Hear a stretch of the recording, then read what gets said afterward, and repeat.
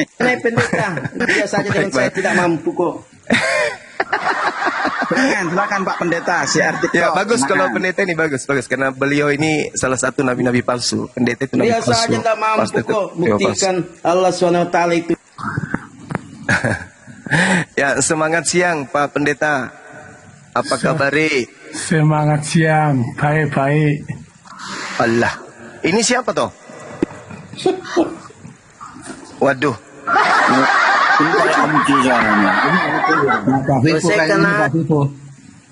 Siapa iki, siapa? Waduh. Ini pasien saya ini, Pak Jance, pasien saya ini Pak Jance. Siapa Bang Zuma? Pendeta siapa Pak Zuma? Siapa namanya ini? Bukan framing dia, framing. Bukan Pipo. Oh framing. Dia Peri. Silakan bertanya, siap TikTok. Aku mau tanya, kalau Islam itu kan Allahnya berfirman enggak, berbicara tidak, lalu menyatakan wahyu itu caranya gimana? Iya, baik. Al-Quran Asy-Syura ayat 52 di situ diterangkan bahwasanya Allah Subhanahu wa taala itu ketika mewahyukan itu melalui perantaraan 3. Salah satunya adalah melalui malaikat, melalui tabir dan melalui pewahyuan. Dalam arti kata Allah Subhanahu wa taala kemudian memberikan wahyu kepada utusannya itu melalui tabir, mengutus malaikat, atau dengan pewahyuan langsung kepada Nabi. Pewahyuan langsung itu seperti Nabi Musa yang dialami oleh Nabi Musa. Itu pewahyuan langsung. Kalau dalam Al-Quran. Kalau tabir seperti Nabi Musa, kalau wahyu langsung seperti Nabi Ibrahim. Kalau melalui malaikat seperti baginda Rasul Muhammad SAW dan juga Nabi Musa. Nabi Musa juga berdasarkan kisah para Rasul. 7, Nabi Musa menerima wahyuan itu bukan langsung, tapi melalui malaikat. Sekarang saya balik nanya, bagaimana caranya Paulus menerima wahyu? Ya, di dalam Kisah Rasul pasal 9, dia langsung datang Yesus kepada Rasul Paulus. Berarti dia wahyu pertama langsung kepada seperti yang datang kepada Musa. Oh, berarti Yesus yang datang kepada Paulus. Ya. Yesus mengatakan setelah dia terangkat yang datang setelahnya siapa? Yang datang setelahnya maksudnya? Kan Yesus mengatakan adalah benar jika aku pergi, sebab kalau aku tidak pergi maka roh kebenaran atau penghibur itu tidak akan datang kepadamu. Ayo, yang datang setelah Yesus terangkat siapa? Loh, ini sekarang yang terangkat atau tentang wahyu? Lah, kan Yesus sudah terangkat. Kata Yesus yang datang kemudian setelah dia adalah roh kebenaran. Tapi yang datang kepada Paulus bukan kebenaran, roh kebenaran, malah makhluk yang mengaku Yesus. Itu siapa? Iya, jadi pewahyuan yang datang kepada Paulus itu adalah secara langsung tadi yang pertama kamu sudah jelasin. Kata Yesus, ketika dia terangkat, yang datang setelahnya adalah roh kebenaran, bukan Yesus. Tapi yang datang kepada Paulus ngaku-ngaku Yesus. Yang mana yang bohong ini? Paulus atau Yesus? Roh kebenaran itu bukan yang datang setelahnya. Yohanes 16, coba Anda baca nomor 7 adalah lebih benar yang engkau katakan. Lebih baik aku pergi, sebab kalau aku tidak pergi, roh kebenaran itu tidak akan datang. Berarti yang datang setelah Yesus siapa? Tetapi Yohanes pasal 14 itu dikatakan bahwa aku akan mengutus rohku kepadamu. Yesus tidak mengatakan begitu. Coba Anda baca Yohanes 14 nomor 16. Dia minta seorang penghibur. Nah, yang datang kepada Paulus siapa? Iya, penghibur itu adalah roh itu sendiri yang dikirim kepada murid. Seorang itu manusia, Cak Ayu, yang datang kepada Paulus manusia atau bukan? kata seorang di Alkitab tidak selalu menunjukkan kepada manusia. Itu menunjukkan kepada bentuk ketiga orang kedua. Yang datang kepada Paulus mengaku siapa? Roh kebenaran atau mengaku Yesus? Beda konteksnya. Kalau yang wahyu, Yesus langsung datang. Enggak, kan Tapi dia kalau mengatakan yang diutus Roh Kudus itu adalah Roh Kudus yang diberikan kepada murid-muridnya. tidak. Yesus mengatakan yang datang setelahku bukan aku, tetapi roh kebenaran. Yang datang setelahku mengaku-ngaku aku itu penyesat. Iya, yang diutus, yang datang setelah Yesus naik ke surga, baru dia utus Roh Kudus. Enggak ada. Yesus mengatakan yang datang setelahku itu adalah roh kebenaran. Nggak ada disebut setelah nggak ada setelah. Yohanes 16 nomor 7 sampai nomor 8 Anda baca. Yohanes Coba Anda baca. 16. Ya, nomor 7 sampai nomor 15. Namun benar yang kukatakan ini kepadamu adalah lebih baik berguna bagi kamu jika aku pergi. Sebab jika aku tidak pergi, penghibur itu tidak akan datang kepadamu. Tetapi jikalau aku pergi, aku akan mengutus, bukan datang setelah. Iya, aku akan mengutus. Nah, yang diutus oleh Yesus siapa? Yesus diutus Yesus gitu maksudnya. Kan yang diutus Roh Kudus penghibur. Nah, bukan Roh Kudus yang diutus. La haula wala quwata Baca illa ayat billah. yang ke-13. Saya baca nomor 13-nya. Tetapi apabila ia datangnya itu roh kebenaran dengan Roh Kudus itu berbeda. Baca ayat 13. Saya baca, tetapi apabila ia datangnya itu roh kebenaran, ia akan memimpin kamu ke dalam seluruh kebenaran. Sebab ia tidak akan berkata-kata dari dirinya sendiri, tetapi segala sesuatu yang didengarnya. Berarti ini bukan Roh Kudus, ini manusia. Loh, kok udah dibilang Roh Kudus kok manusia? Mana ada Roh Kudus di situ? Itu roh kebenaran. Iya, tapi roh namanya roh. Iya, roh. Nabi Musa juga disebut roh. Kok Nabi Musa disebut roh? Iya, karena Nabi Musa itu kepadanya diutus roh Tuhan. Segala sesuatu, semua nabi itu penuh dengan roh Tuhan, roh kebenaran. Fungsinya itu ayat 8. Dan kalau ia datang, ia akan menginsafkan dunia akan dosa. Kenapa kemudian ia datang? Fungsinya penghibur. Kenapa ia datang menginsafkan dunia? Kenapa? Sebab dunia sudah diajarkan ajaran Lucifer menyembah kepada manusia. Maka roh kebenaran ini datang menginsafkan dunia, menginsafkan kalian yang menyembah kepada manusia. Itu Kenapa maksudnya. disuruh Roh Kudus datang? Supaya murid-muridnya yang ketakutan karena Yesus baru disalib, mereka berani memberitakan kematian Yesus. Saudara, yang datang setelah Yesus itu adalah roh kebenaran. Dia adalah nabi, bukan roh. Dia nabi. Nomor 7, roh penghibur. Iya, roh penghibur artinya penghibur. manusia. Anda pikir manusia itu bukan makhluk roh? Fungsi penghibur itu ayat 8 adalah untuk kebenaran. Betul, karena dunia sudah penuh dengan ajaran Kristen. Maka yang datang adalah roh yang mengajarkan untuk menghapuskan dosa-dosa yang diakibatkan oleh agama Kristen. Itu maksudnya. Maka ayat 13, jikalau roh kebenaran itu memimpin kamu, memimpinlah. Iya. Bukan karena sesat, bukan memimpin. Oke. Ia akan berkata-kata tentang dirinya itu tentang Yesus. Jadi Roh Kudus ini diberikan untuk berkata-kata tentang dirinya, yaitu Yesus, agar mereka berani memberitahukan Yesus setelah mati bangkit naik ke surga. Anda ngaur. Apabila ia datang, yaitu roh kebenaran, roh kebenaran akan memimpin kamu ke dalam seluruh kebenaran. Sebab roh kebenaran ini tidak akan berkata-kata dari dirinya sendiri, tetapi segala sesuatu yang didengarnya itulah yang akan dikatakannya. Dan roh kebenaran itu akan memberitakan kepadamu hal-hal yang akan datang. Nah, hal-hal yang akan datang. Hal-hal yang akan datang. Nah, apa yang akan datang? Hal-hal yang akan datang itu adalah di dalam Kisah Rasul pasal 2 dan pasal 3. Mulai ngaco. Sekarang begini, mari kita deteksi roh kebenaran itu bekerja di Islam atau bekerja di Anda? Oke? Bekerja di murid-murid Yesus. Ya, sabar, kita deteksi dulu.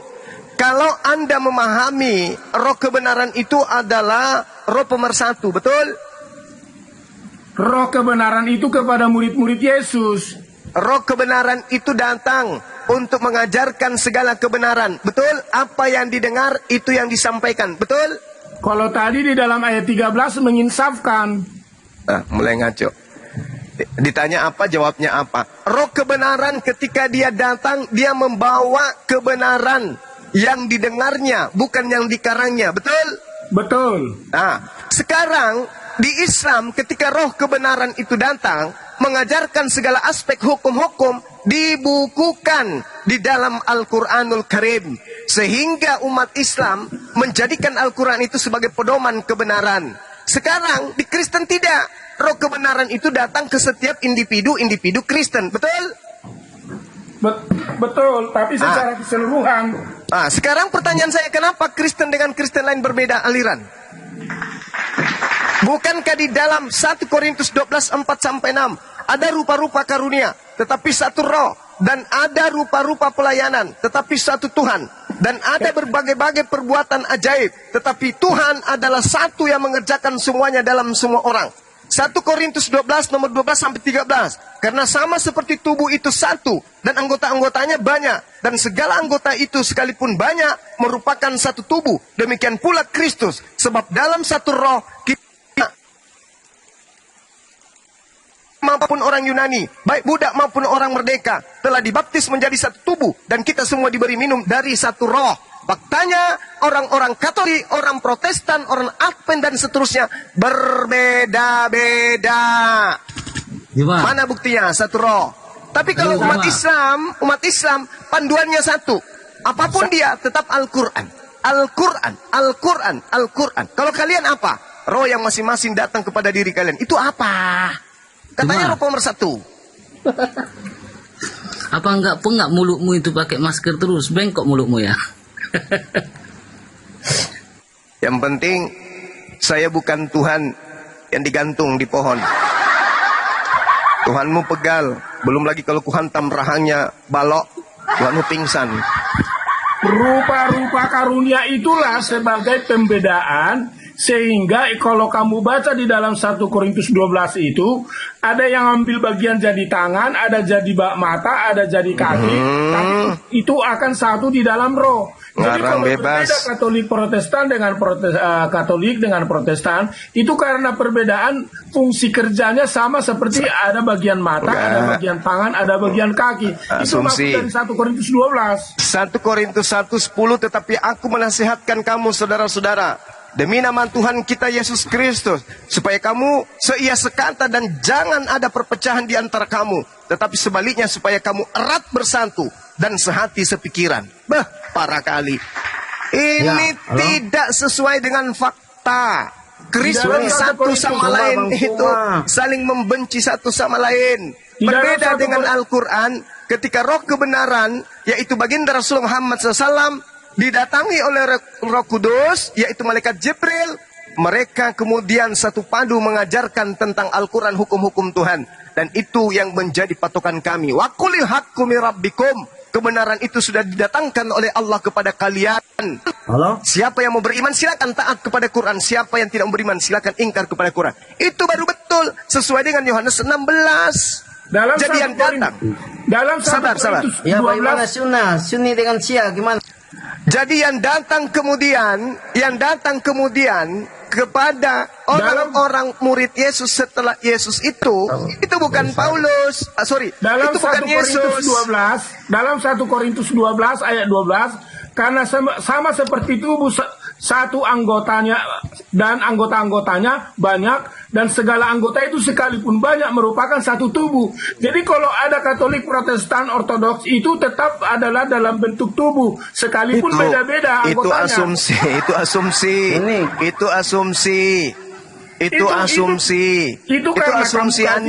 Itu asumsi Anda. Sekarang menurut Yesus yang Sunni dengan Syiah. Sekarang begini, ketika saudara berkata seperti yang Anda katakan tadi, pertanyaan saya kemudian, benarkah Yesus menubuatkan akan datangnya Yesus palsu? Benar atau tidak?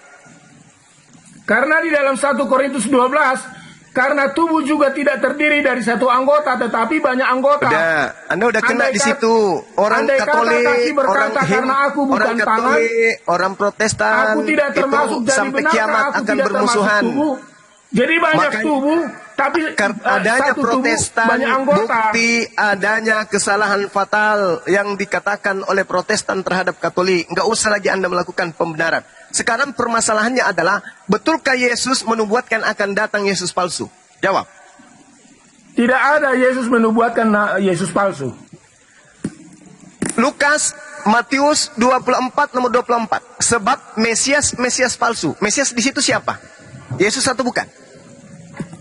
Mesias, iya Yesus. Tapi Mesias double kuadrat palsu itu bukan Yesus. Iya, Yesus menubuatkan akan muncul Yesus palsu, betul? Yesus adalah Mesias, tapi kalau Mesias kuadrat dia juga palsu, itu bukan Yesus. Iya, betul. Yang saya tanya, betulkah Yesus menubuatkan akan muncul Yesus palsu setelah dia terangkat? Yesus palsu seperti Yesus tidak. Iya, tapi ada oknum yang datang mengaku Yesus, betul? Ya, Mesias palsu, bukan Yesus.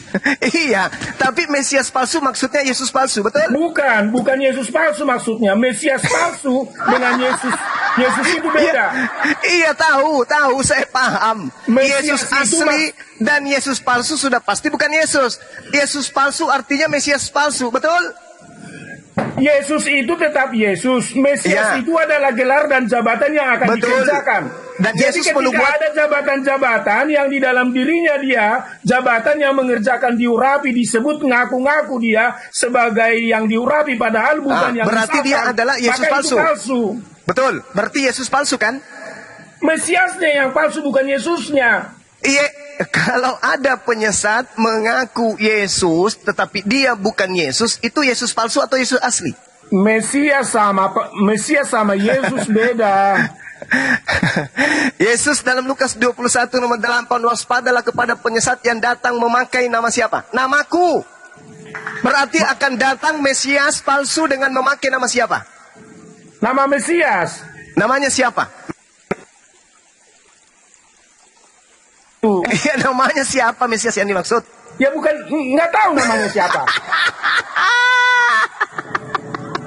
Waspadalah kepada penyesat yang datang kepadamu dengan memakai namaku. Namaku siapa? Yesus kan? Iya, berarti Mesias palsu. Berarti Mesias palsu. Mesias palsu bukan nama karena arti Yesus. Ya ampun ya Karib. Makanya yang datang kepada Paulus, siapakah engkau Tuhan? Akulah Yesus. Nah loh, itu si Mesias palsu datang kepada Paulus yang mengajarkan kalian menyembah kepada anak orang. Paham? Sampai di sini belum paham. Di dalam Wahyu 22 nomor 16, akulah Yesus yang telah mengutus malaikat-malaikatku kepada jemaat-jemaat. Akulah tunas Daud, bintang timur. Di dalam Alkitab disebut Yesus anak orang. Nggak ada di dalam Alkitab Yesus anak orang. Yesus anak manusia nggak ada. Anak orang. Ya, orang manusia sama aja tuh, Yul. Beda. Iya.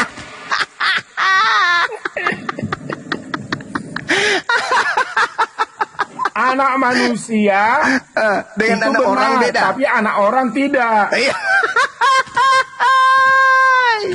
Monisin apa dan saya nitip numpan tertawa di sini, banyak lucu-lucu. Jadi saudaraku ya, saudara Kristen, Yesus yang asli berpesan kepada muridnya yang asli, waspadalah kepada penyesat yang datang kepadamu memakai namaku dan mengatakan akulah dia.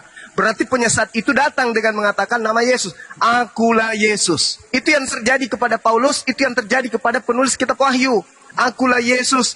Maka setelah itu datang, Paulus membabi buta mengajarkan tentang ketuhanan anak orang, anak manusia bernama Yesus itu. Sebelumnya kan, Paulus kan sudah menganiaya murid-murid Yesus. Justru itu Anda baca Matius 12 bang. Baca Matius 12 bahwa orang yang tadinya mengaku bertaubat akan kemasukan 8 roh jahat yang lebih jahat lagi ketika dia menuju ke Damsyik. Iya, kenapa kamu bilang bahwa yang datang kepada Paulus itu adalah bukan Yesus? Padahal Paulus kan pada awalnya dia sudah menganiaya pengikut-pengikut Yesus. Oke, baik. Saya baca dalilnya. Matius 12 nomor 43 sampai 45. Apabila roh jahat keluar dari orang tersebut, ia pun mengembara, roh jahatnya mengembara ke tempat-tempat yang tandus mencari pemberhentian, tetapi ia tidak mendapatkan.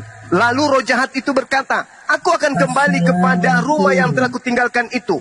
Maka pergilah roh jahat itu dan mendapati rumah itu kosong, bersih, tersapu dan rapi teratur. Lalu roh jahat itu keluar dari orang tersebut dan mengajak 7 roh lain yang lebih jahat daripadanya dan berdiam di dalam orang tersebut. Maka akhirnya keadaan orang itu lebih buruk dari keadaannya semula. Demikian juga akan berlaku atas angkat Bang Zuma. Ini demikian, ada. Waalaikumsalam warahmatullahi wabarakatuh. Demikian juga akan terjadi atas angkatan jahat ini. Gimana Bang? Abang ini setuju atau tidak? Kamu bisa Ini orang paham ini nggak kata DPO rumah? Bang, DPO ini Bang. Kata, Jadi dinaikkan atau saya tendang Bang? Silakan Ya, Bang. tendang. Orang DPO Kita ini tendang ya, ya, kita tendang ya. kita menghina pemerintah kalau kita debat sama DPO. Ya, lanjut. Matius 12 jelas Paulus bertobat, tapi setelah bertobat dia berjalan ke Damsyik. Yesus mengatakan di dalam Matius 24, waspadalah. Jadi apabila ada orang berkata, Yesus ada di padang gurun, Yesus ada di dalam bilik, jangan kau percaya, sebab Yesus palsu dan nabi-nabi palsu akan datang. Dan mereka melakukan mujizat sekiranya mungkin menyesatkan banyak orang. Paulus menuju ke Damsyik. Ketika di jalan menuju ke Damsyik, di padang gurun, dia bertemu dengan makhluk yang ngaku Yesus. Padahal Yesus mengatakan, waspadalah. Apabila ada orang berkata ada Yesus di padang gurun, jangan kau pergi ke sana. Atau dia berkata ada Yesus dalam bilik. Ingat bilik di situ dalam bahasa Yunani apa? Taimeong. Taimeong artinya adalah kamar rahasia atau penjara. Jangan kamu percaya, sebab Yesus palsu, nabi-nabi palsu akan datang dan menyesatkan banyak orang. Sekarang kita mau coba cek dulu rumah kosong itu lebih tepatnya disematkan kemana. Kalau ada rumah kosong di Ka'bah, itu bilik-bilik juga, dan itu tidak ada yang menempati, berarti cocoknya ke sana itu rumah kosong. Rumah kosong yang dimaksud di sini manusia, Cak Ayu. Kok rumah kosong? Iya, apabila roh jahat keluar dari manusia, maka akhirnya keadaan orang itu lebih buruk daripada keadaannya semula. Berarti kalau ke manusia yang ada di rumah kosong itu, yang datang ke rumah kosong itu berarti manusianya. Salah. Rumah kosong yang dimaksud itu manusianya. Maksudnya tubuh manusia yang kosong. Kemudian dia masuk kembali kepada tubuh yang tadi, membawa 7 roh jahat yang jauh lebih jahat.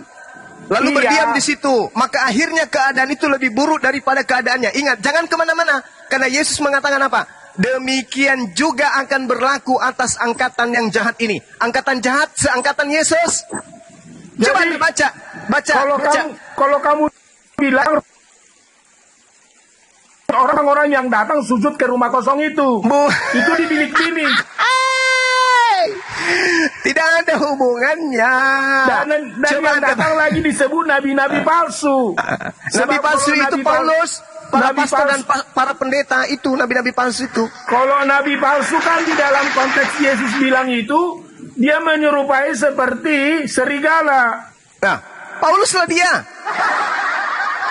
Paulus itu serigala. Seperti lihat serigala itu? Kejadian 49. Serigala itu suka menerkam dan berperang. Betul. Kejadian 49 nomor 27. Apa kata Yakub kepada anaknya Benyamin? Benyamin, aku nubuatkan keturunanmu kelak berlaku seperti serigala, merampas lalu membagi-bagikan hasil rampahannya. Filipi 3 nomor 5, nomor 6. Paulus mengaku sebagai keturunan Benyamin, merampas ajaran Taurat, membagikan kepada Romawi. Jelas itu. Kalau nabi yang merampas ajija dari orang-orang kafir itu nabi apa itu? Jangan Anda menutupi, Bung. Ini murni ajaran kitabmu sendiri, tidak pernah menyentuh sedikit pun nabi di luar daripada Bani Israel. Itu tidak berperang, Bung. Oh, kalau itu beda lagi. Kalau nabi yang berperang itu nabi yang sama seperti Musa. Iya, tapi kan Paulus itu nggak berperang. Nabinya Anda itu kan berperang.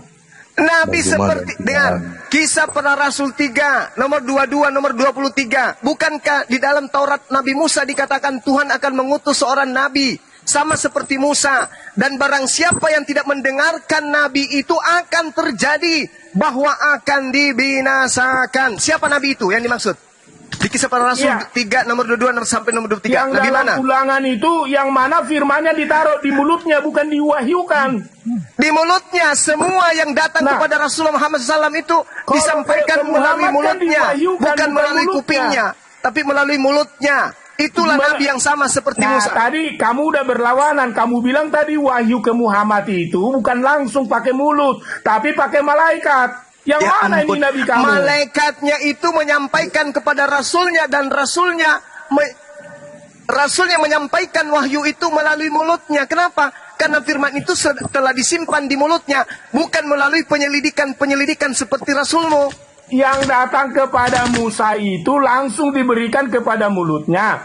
Sementara Kata kepada siapa? Muhammad kamu bilang Kata tadi siapa? wahyu ketiga, nggak pakai Kata kepada siapa? mulutnya langsung. Tadi Mari, kan saya kamu baca. bilang ada 3 wahyu.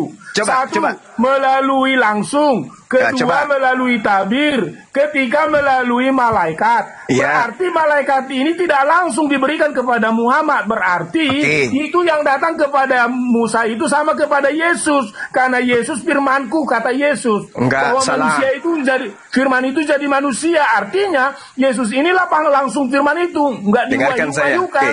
Gantian. Kisah Para Pewarta 7 nomor 35. Musa ini yang telah mereka tolak dengan mengatakan, siapakah yang mengangkat engkau menjadi pemimpin dan hakim? Musa ini juga telah diutus oleh Allah sebagai pemimpin dan penyelamat oleh malaikat yang telah menampakkan diri kepadanya di Semak Duri. Yang kedua, di data nomor 38, Musa inilah yang menjadi pengantara dalam sidang jemaah di padang gurun di antara malaikat yang berfirman kepadanya di Gunung Sinai dan nenek moyang kita, dan dialah yang menerima firman-firman yang hidup untuk menyampaikan kepada kamu. Nomor 53, kamu telah menerima hukum Taurat yang disampaikan oleh malaikat kepada Nabi Musa. Oke? Sama seperti Nabi Muhammad menerima firman melalui malaikat. Sekarang, kesimpulan ini Anda harus selesaikan. Kisah Para Rasul 3 nomor 2 sampai 23. Saya bacakan. Bukankah telah dikatakan Musa, Tuhan Elohim akan membangkitkan bagimu seorang nabi dari antara saudara-saudaramu, sama seperti aku. Dengarkanlah dia dalam segala sesuatu yang akan dikatakannya kepadamu. Dan akan terjadi bahwa semua orang yang tidak mendengarkan nabi itu akan dibunuh, akan dibasmi dari umat kita. Pertanyaan saya, nabi yang dimaksud Kisah Para Rasul ini siapa? Nah, kalau kita masuk kepada standar tentang Musa, kepada siapakah nabi yang datang itu, maka relevansinya adalah kepada Yesus. Karena zaman Yesus lahir, maka ada pembunuhan di Rama oleh Raja Herodes. Dan yang kedua, bahwa ketika Yesus itu pergi ke Mesir, dipanggil dari Mesir. Sementara Musa juga dipanggil dari Mesir. Nah, sekarang Muhammad dipanggil dari mana? Gak usah terlalu Apakah jauh, Bang. Muhammad dipanggil dari Bang. Mesir? Berarti ini tidak cocok Nabi- kepada Muhammad. Nabi yang sama seperti Nabi Musa itu dikatakan di Kisah Para Rasul 3 nomor 23. Dan akan terjadi bahwa semua orang yang tidak mendengarkan Nabi itu akan dibasmi dari umat kita. Nabi yang dimaksud ini siapa? Yang ketika tidak didengarkan Nabi itu, maka yang melanggar di depannya itu akan dibasmi. Itu siapa? Yesus. Bukankah Yesus justru dibasmi di atas pohon? Cobalah pikirkan, pakai akal dong sekali-sekali. Dibasmi itu bukan berarti dia pakai pedang untuk membasmi, tapi nanti Hai. akan dimusnahkan. Iya. Tapi kalau Nabi Anda kan Iya. membasmi orang kafir jikalau tidak menerima Iya. ajarannya, berarti Anda berbeda. jangan bertakia, nggak bagus, masih sempat-sempatnya bertakia. Rasul dalam bahasa Yunani-nya, basmi exolotereo artinya apa? Mematikan. Siapa yang tidak mendengarkan Nabi itu akan dimatikan. Nah sekarang ketika Yesus tidak didengarkan oleh Yahudi, siapa yang dimatikan? Yesus atau Yahudi? Iya, tapi kalau standarnya adalah Musa, maka Musa dipanggil dari air, dipanggil dari Mesir, dipanggil untuk menyampaikan firman Tuhan langsung ke Gunung Sinai. Nah, kalau Yesus juga sama, dia lahir, pembunuhan juga terjadi. Karena kenapa? Firaun marah sebab ada raja yang lahir. Yesus pergi ke Mesir, lalu dipanggil dia dari Mesir. Nah Itu di sekarang dalam Muhammad itu dipanggil dari mana? Sebagai ciri-ciri penerima firman Tuhan. Dan tadi Anda kan sudah bilang bahwa penerimaan firman kepada Muhammad itu bukan secara langsung kepada mulutnya, tetapi melalui wahyu, melalui Jibril. Artinya firman yang diberikan kepada Nabi Anda itu tidak konsisten seperti yang datang kepada Musa. Oke, sekarang pertanyaannya, ketika Yesus datang, kalau dia ini adalah Yesus yang dimaksud Nabi tersebut, ketika Yesus datang di tengah-tengah kaumnya, Yesus yang dibunuh atau Yesus yang membunuh? Jawab. Nah, kalau yang membunuh yang anak-anak itu adalah Firaun. Akan terjadi bahwa semua orang yang tidak mendengarkan Nabi itu akan dibunuh dari umat kita. Umat kita itu Bani Israel. Sekarang permasalahannya, ketika Yesus datang di tengah-tengah Bani Israel yang dibunuh, Yesus atau Yesus yang membunuh Bani Israel? Jawab. Apakah Muhammad yang membunuh atau siapa yang dibunuh? Iya. Jangan ke Nabi Muhammad, Anda sudah menolaknya, Anda mengatakan Yesus. Sekarang permasalahannya adalah, ketika Yesus datang di tengah-tengah Bani Israel, Nabi sama seperti Musa katanya dia. Dan akan dibasmi siapapun yang tidak mendengarkan dia. Sekarang pertanyaan saya, ketika Yesus datang di tengah-tengah Bani Israel, Yesus yang membasmi Bani Israel atau Bani Israel yang membasmi dia melalui tangan Romawi? Jawab. Nggak ada yang membasmi. Karena Yesus udah. Bang Raka silakan diambil alih, Bang Raka. Bang Raka. Waktu saya Yesus sudah mau asar, Bang Raka. Yesus juga melarang muridnya untuk melawan. Silakan. Masya Allah. Makasih Saudara Framing. Thank you.